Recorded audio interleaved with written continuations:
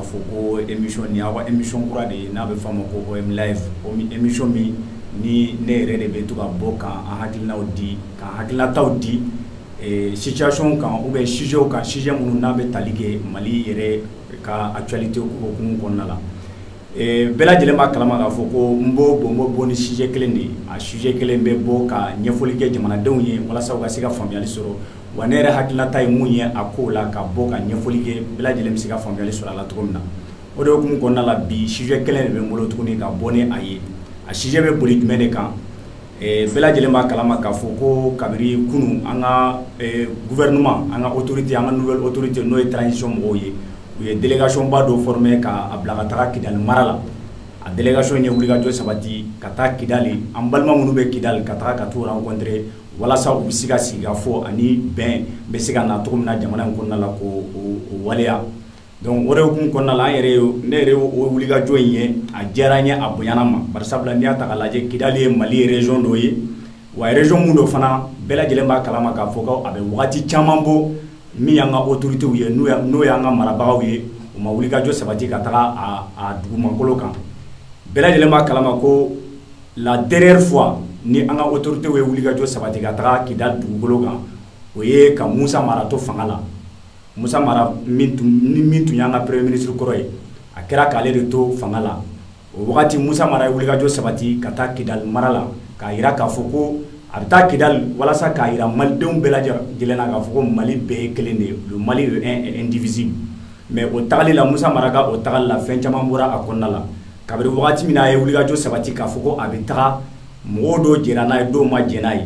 Musa Mara kɔni ko ale bɛ taga Musa Mara ni ministre damadɔni farala kan a don an fa Mohamed Ali Bacili ale fana tun b'a la ale fana tun bɛ délégation in na u ye wulikajɔ sabati ka taa Kidali dugukolo kan u selen ye a ma kɛ ko ye ko min n'a dugura mɔgɔw la bari sabula fɛn caman bɔra a ko la an ka sɔrɔdasiw dɔw yɛrɛ nin tora la u ni rebelliw dɔw karila ɲɔgɔn na ye fo kana kɛ mɔgɔw dɔw nin tora a ko la o tɛmɛnen kɔfɛ Musa Mara seginna ka na Mali la ka na Bamako bɛɛ lajɛlen y'a k'a fɔ ko fɛn caman fɔra a kɔnɔna la a yɛrɛ nana kɛ sababu ye yɛrɛ dɔw ko Musa Mara ka bɔ an ka premier ministre la o tɛmɛnen kɔfɛ kabiri Musa Mara bɔra ye fo kana bila nin waati in na i bɛ ka fanga bɛɛ lajɛlen Musa Mara tagalen kɔfɛ fo kana fɔ ko i bɛ ka fanga binna fo kana an yɛrɛ sɔrɔ nin waati in na Mali autorité ma wulikajɔ si sabati ka se Kidali dugukolo kan donc ni an ye nouvelle autorité mɔgɔw ye k'u ye wulikajɔ sabati ka taa Kidali dugukolo kan an b'a fɔ ko tare nin ye kunnawolo ye nin ye nisɔndiya dɔ ye bari sabula Kidali ye Mali dɔ de ye n'an y'a ye k'a fɔ k'an ka autorité u sera ka wulikajɔ sabati ka taga o dugumakolo kan a bɛ diya anw ye mais an y'a ye o wulikajɔ in kɔnɔna la photo dɔ bɛ yen a photo a bilala bɔlɔlɔw kan photo in ye jumɛn ye o ye délégation kɔnɔna la an ka ministre dɔ bɛ yen ni a bɛ ministre de la réconciliation na ni bɛɛ lajɛlen k'a ma ko ni bɛɛ lajɛlen b'a dɔn n'a tɔgɔ ko colonel major Ismaël Wage colonel major Ismaël Wage n'ale tun ye CNSP mɔgɔw ka porte parole kɔrɔ ye bɛɛ y'a ye k'a fɔ ko ani an balimakɛ Kidalika dɔw bɔra o Kidalika in bɛɛ y'a ye k'a fɔ ko makaron dɔw bɛ a ka duloki la a makaron in Azawadi drapeau de b'a kan wa o kɛlen maa caman wulila réseaux sociaux kan n'o ye bɔlɔlɔ sanfɛlaw ye bɛɛ lajɛlen ye fɛn caman fɔ dɔw ko Wage man ka sɔn nin ma parce que Mali maaba dɔ de don wa Wage man ka sɔn ka nin kɛwale in sabati ko bari sabula Mali drapeau tɛ fo yɔrɔ wɛrɛ drapeau ko donc ko nin b'a yira de k'a fɔ ko Azawadi ko min fɔra ko o de waleyatɔ ye nin ye fɛn caman fɔra kuma caman fɔra bɛɛ y'a hakilinata di bon ne bolo maliyɛnw an kan ka taga o delà de tout ça parce que mun ka gɛlɛn bi bi in na o de ye an ka don da kelen fɛ ka bɔ da kelen fɛ ninnu ye wulikajɔ min sabati ka taa nin yɔrɔ la an bɛ se k'a fɔ ko nin ye ko min ye ko ɲɛnama ye Wage ni nin ka ye Azawadi drapeau b'a a kan na mɔgɔw man k'a fɔ k'u b'o polémique munna ko mɔgɔw man ka polémique Azawadi mun filɛ nin ye ni bi bɛɛ lajɛlen b'a fɔ ko Azawadi ko kuma bɛɛ lajɛlen bɛ wulikajɔ sabati bɛɛ bɛ ka fɛn caman fɔ ko Azawadi a bɛ tan ni ye accord d'Alger yɛrɛ ta k'a lajɛ Azawadi yɛrɛ tɔgɔ b'a kɔnɔna la kabiri accord yɛrɛ établi to an ma se ka Azawadi sɛbɛnni ka Azawadi le nom Azawadi an ma se k'o bɔ a la Wage tagalen photo bɔlen wagati min na k'a fɔ ko Wage ni cɛ an balimakɛ ye photo ta ko Azawadi drapeau bɛ o ka duloki la an man k'a fɔ k'an b'o kɛ polémique ye o tɛmɛnen kɔfɛ bɛɛ lajɛlen y'a ye k'a fɔ ko fɛn caman fɔra mɔgɔw yɛrɛ dɔw wulila ka nɛniw kɛ dɔw ko non ko n'i y'a ye nin bɛ ka kɛ ko parce que u b'a fɛ ka accord in de waleya ko accord d'Alger mun ni maliden fanba bɛɛ lajɛlen ko non ko an t'a fɛ bari sabula ko fɛn dɔw b'a kɔnɔna la ni a appliquera a bɛ kɛ sababu ye Mali tilaliko kuma min fɔra ko Mali bɛna tila donc k'i bɛ taa sɔrɔ ninnu ye wulikajɔ mun sabati ka taa Kidali jamana la ko a dabɔkun tɛ dɔwɛrɛ ye ka taa accord in appliquer ne bolo ni an man ka ɲɔgɔn sama an nɔ la. N'i y'a ta k'a lajɛ mɔgɔw dɔw bɛ yen minnu bɛ nin Azawadi kelen na bi na olu b'an ka gouvernement kɔnɔna la a dɔw ye jɔn ye Musa Ag Tahir bɛɛ lajɛlen b'a dɔn k'a fɔ ko bi Musa Ag Tahir bɛ ka wulikajɔ mun sabati n'ale ye ministre de la jeunesse et des sports ye a bɛ ka kɛwale minnu kɛ bɛɛ lajɛlen bɛ ka tɛgɛrɛ fɔ a kun bi a dun bɔra o Azawadi kelen de la mais bi na bɛɛ lajɛlen bɛ ka tɛgɛrɛ fɔ a kun k'a fɔ ko vraiment a nana a ye cɛsiri kɛ a ye baara ɲumanw kɛ Musa Ag Tahir yɛrɛ baara dɔ kɛ n bɛ se ka fɔ Mali kɔnɔna la a bɛ waati caman fɔ mun ma deli ka waleya o dɔ ye jumɛn ye an b'a ye Mali de kɔnɔna la i b'i to baara kɛyɔrɔ dɔ la i b'i to département ministériel dɔ kɔnɔna la i bɛ faute dɔ kɛ c'est à dire que i bɛ kɛwale dɔ sabati i ka baara kɔnɔna la kɛwale mun tɛ kɛwale ɲɛnama ye nka i bɛ to i nɔ la bari sabula ko i bɛ taa sɔrɔ ministre ye e ka mɔgɔ dɔ ye ou bien quartier masina i ye e ka mɔgɔ dɔ ye donc ɲangatili min n'a kan ka boli kan a tɛ boli kan mais bɛɛ y'a ye k'a fɔ ko Musa Ag Tahir nalen a ka département na kɛwale dɔw kɛra kɛwale mun n'a ma diya a ye wa a kɛra sababu ye ka kɔlɔlɔ lase jamana ma a ye wulikajɔ sabati a ko la k'a fɔ ko ni maa mun ni nin kɛwale n'a yɛrɛ responsabilité yera maa mun na ko a tigilamɔgɔ ko n'a ni ɲangatali min kɛ k'a bɛ boli a tigi kan bɛɛ lajɛlen y'a ye k'a fɔ ko o labanna cogo min na a y'o waleya jamana in kɔnɔna la bon yan'o ka kɛ an kun tɛ anw kɔnɔna la k'a fɔ ko maa dɔ bɛ se ka sɔrɔ jamana in kɔnɔna la ko min bɛ sariya boli hali baarakɛlaw kan n'u ma baaraw kɛ ka ɲɛ a kɛcogo la o ye o waleya o ye o Musa Ag Tahir ye a bɔra Azawadi de la o tɛmɛnen kɔfɛ maître Haruna Touré ni ale fana b'an ka gouvernement kɔnɔna la bi na ale tun ye porte parole kɔrɔ dɔ ye mouvement kelenw ninnu na bi ale b'an ka ale yɛrɛ ye an ka ministère de la fonction publique ale de y'o ye et puis porte parole du gouvernement donc ne bolo a man kan ka fɔ k'a fɔ an b'an polémique nin sujet kan Mali mago bɛ min na nin wagati la o de ye an ka don da kelen fɛ ka bɔ da kelen fɛ o tɛmɛnen kɔfɛ comme n y'a fɔ cogo min na an y'a ye nin wulikajɔ sabatilen bɛɛ lajɛlen y'a fɔ ko accord d'Alger min ni a yirala k'a fɔ denni kɔnɔna la n'o ye dialogue national inclusif ye a dialogue national inclusif o organisera Ibrahim Boubacar Keïta fɛ yan o wagati y'a sɔrɔ jamana ɲɛmɔgɔ tun ye IBK ye a n'a ka premier ministre n'o ye docteur Boubou Cissé olu y'a laɲini k'a fɔ ko ka dialogue dɔ kɛ n'o ye a tɔgɔ da ko dialogue national inclusif a dialogue national inclusif kɔnɔna la bɛɛ y'a ye k'a fɔ ko accord d'Alger ko kuma in fana fɔra ye a accord kuma fɔlen mun de fɔra a la a yirala k'a fɔ ko accord in kɔnɔna la ko yɔrɔw dɔw b'a la yɔrɔ minnu n'a an y'u ta ba la n'a a appliquera à 100% k'a bɛ kɛ sababu ye don n'a nataw la a bɛ na ni degun ye Mali kɔnɔna la dialogue recommandation kɔnɔna la c'est-à-dire dialogue tilalen kɔfɛ recommandation minnu kɛra a kɔnɔna la a yira k'a fɔ ko ka accord in ko ka a relecture kɛ o de ye k'a lajɛ ka segin a kan tuguni ka a lajɛ yɔrɔ minnu ni yɔrɔw don ni maa ma jɛni yɔrɔ minnu ye k'a se k'o yɔrɔ ninnu bɔ yen bon o de ko bɛ sen na mɔgɔw dɔw wulila k'a fɔ ko bon ko accord in k'u bɛ ka essayer k'a appliquer bon o kɛra kuma ye kuma mun ye ne dabali ban bari sabula an m'a ye ko relecture kɛra an m'a ye fana k'a fɔ ko a kow bɛ ka waleya mais o n'a tagabolo bɛɛ lajɛlen an ye wulikajɔ sabati k'a lajɛ kumakan minnu bɛ ka fɔ ŋunuŋunukan min bɛ k'a fɔ ko accord in de bɛ ka waleya est-ce que réellement an ka autorités ye déplacement mun kɛ n'o de ye ka taga Kidali mara la est-ce que u tagara tagali min na a tagakun de kun ye wa ka taa ka accord in de waleya wa ou bien mun wɛrɛ de kun don donc an ka wulikajɔ kɔnɔna la an y'a ye an y'a essayer ka mɔgɔw dɔw ɲini ka bila en contact avec ces gens là k'a lajɛ maa minnu yɛrɛ bɛ délégation kɔnɔna la k'a lajɛ mɔgɔw minnu bɛ yen n'u bɛ se ka ɲɛfɔli k'an ye réellement u tagakun ye min ye Kidali dugumakolo kan an y'a ye u ka tagali na an ye wulikajɔ mun sabati o kɔnɔna la an nana mun sɔrɔ an y'a ye k'a fɔ ko u ka tagali la a yirala k'a fɔ ko olu ma taa dɔwɛrɛ la u tagakun tɛ dɔwɛrɛ ye k'a yira bɛɛ lajɛlen na dɔrɔn k'a yira k'a fɔ ko maliden bɛɛ ye kelen ye ko Mali tɛ tila wa Mali ye kelen de ye fana donc olu ka wulikajɔ bolila o de kan u tagalen u ye minnu ni minnu waleya an bɛna an da don olu fana la k'a ɲɛfɔli kɛ mɔgɔw ye délégation bɔlen yan u tagalen Kidali u ni maa mun ye ɲɔgɔn ye o ye SEMA mɔgɔw ka président ye n'o ye Algabas Ag Intala ye ale de ye SEMA mɔgɔw ka président ye n'i y'a mɛn ko SEMA ye coordination des mouvements d'Azawad donc olu ka ɲɛmɔgɔ y'o ye o yɛrɛ y'an ka délégation o ye autorité mɔgɔw o ye wulikajɔ sabati k'u kunbɛn kosɛbɛ kunbɛli kɔfɛ an ka autorités y'a yira a la k'a fɔ ko bon ko président Bandaw n'o y'an ka transition ɲɛmaa ye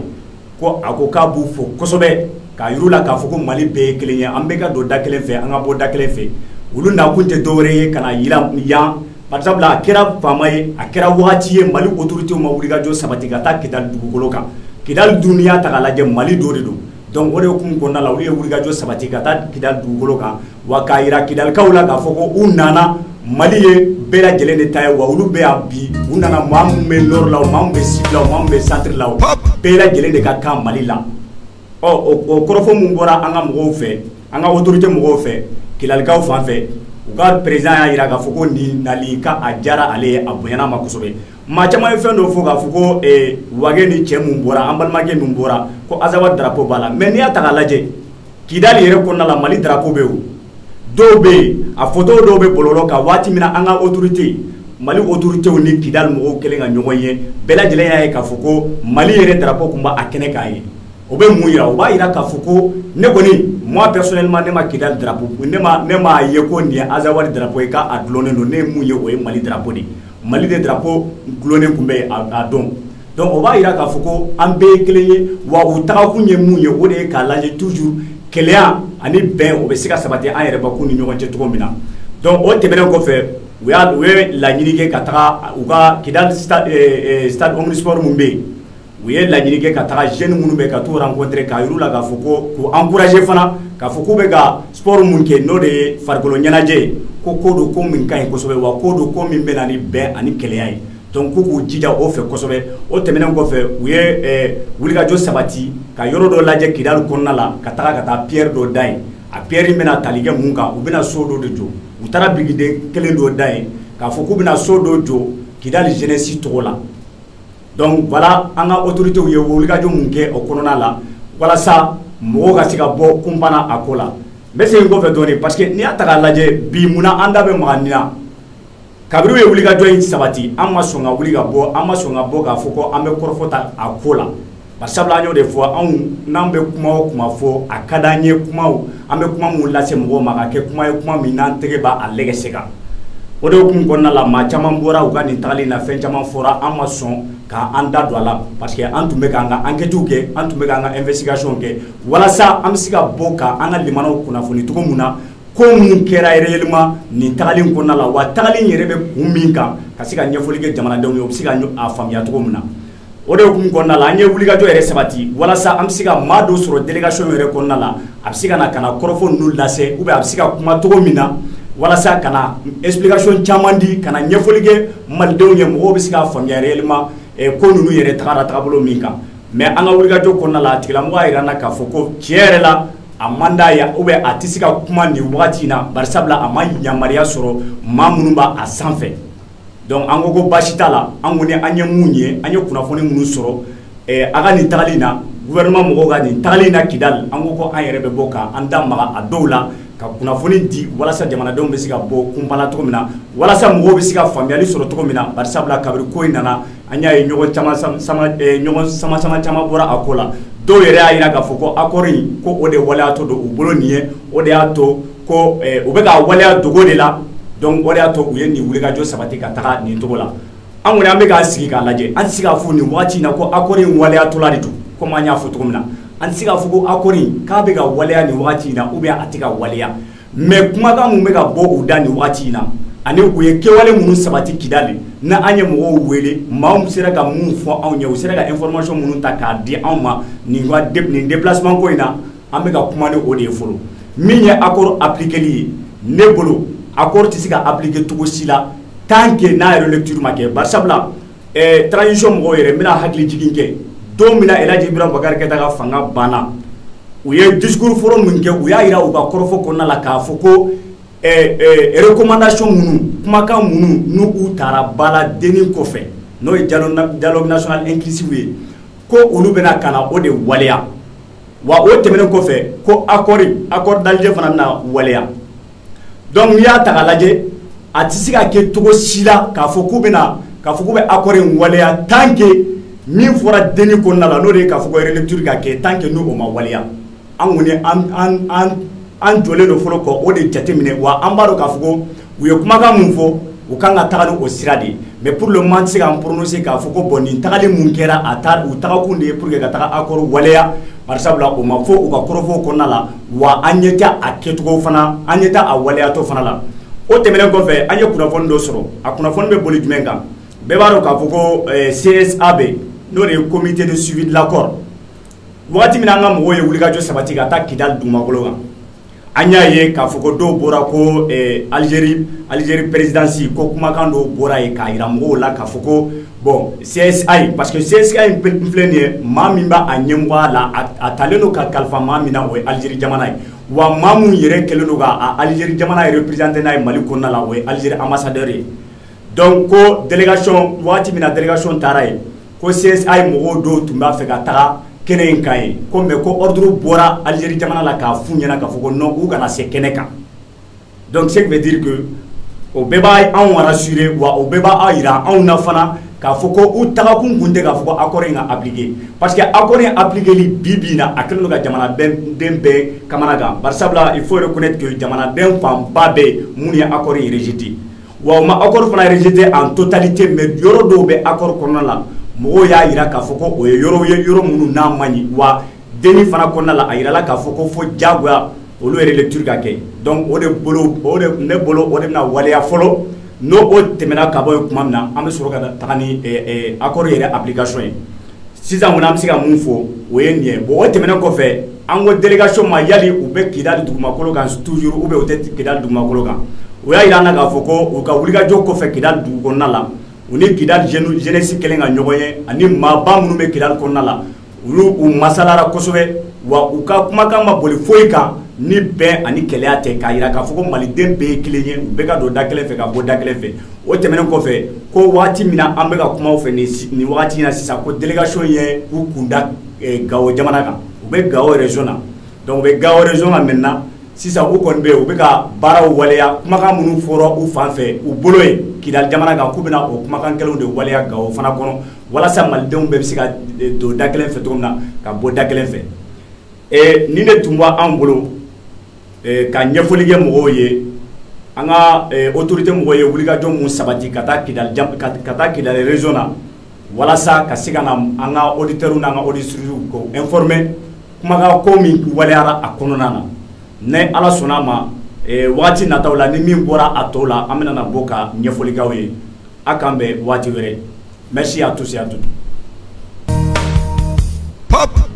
n balimakɛ hali ni maa min ye galabu kɛnɛya cogo ye a b'a dɔn k'a fɔ e min dala ye boisson énergie 100 DS8 DS8 ka énergie k'a la ka tila ka vitamine k'a la o y'a ni boisson tɔw danfara ye n'i ko boisson énergie 100 DS8 i b'a fɔ Mali samata sɛgɛw ka camancɛ duluma Jaje Samase ko o ka boisson do k'a cɛ ka n'a to an ka jamana in kɔnɔ yan k'a koɲɛ bɛɛ di Papi Jawara ma denmisɛnnin biɲɛ kɛnɛ DS8 a mintala ka di a bɛ maa fori foni tile kuturu bɛɛ lajɛlen na k'a sɔrɔ i galabu ma fa wa i ma saliya DS8 do DS8 a ka kungokɛyɔrɔw la kɔɲɔkɛyɔrɔw ka taa bila denkuni yɔrɔw la a n'a ka séminaire a y'a taalan kɛ DS8 DS8 n'aw mago bɛ a caman san tan na a ye wuli a ka se u ka QG la Falajɛ Mali univers o kɛrɛfɛ ye u ka nɛgɛjuru sira ye 79 30 71 81 walima 82 58 88 30 walima a ka wuli a ka se Ɲare la Madala Kumaka yɔrɔ kɛrɛfɛ nɛgɛjuru sira ye 79 71 71 60 Ɲamakɔrɔ Jamanbile kɛrɛfɛ u ka nɛgɛjuru sira ye 76 46 81